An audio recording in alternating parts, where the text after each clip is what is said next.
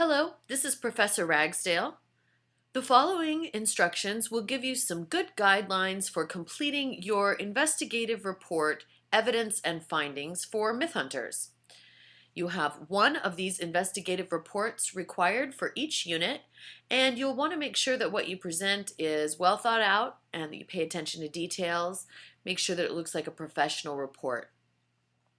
Just like the preliminary investigative report, you're going to put your name on the investigative report after downloading it and opening it in Word or Google Docs, whatever format you want.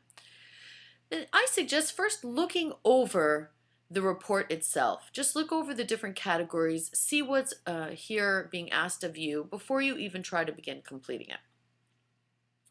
The first thing you're going to do is add the myth you have investigated to this myth section. Whatever myth your team was assigned, just go ahead and add that there. You can copy and paste it from your preliminary report. Then list the evidence that you used to determine your findings. Be very specific.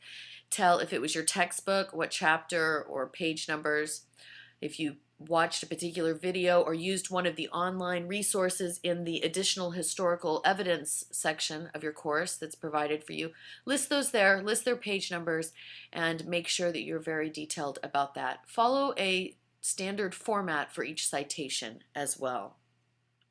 Then you're going to list, do you believe that the myth you investigated was a myth, it was not true, it was history, or inconclusive? And in the findings category, there's no correct answer, but you have to make sure that the supporting evidence you provide and the explanation that you provide makes sense and that it backs up your claim. In the next category, you're going to explain how you came to the findings that you did, what evidence you used, and what influenced you in these findings. Be specific, give examples, and this may take anywhere from 1 to 3 paragraphs. Most strong arguments are going to need more than one source of evidence, and you're going to want to organize it into strong paragraphs.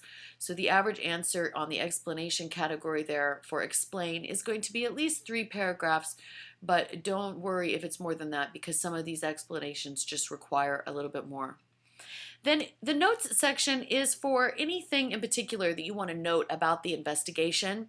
Maybe some of your team members did or didn't agree with your finding. Go ahead and mention that from your Myth Hunters investigation discussion, and any other special note about this investigation here that you'd want to put, go ahead and list that as well.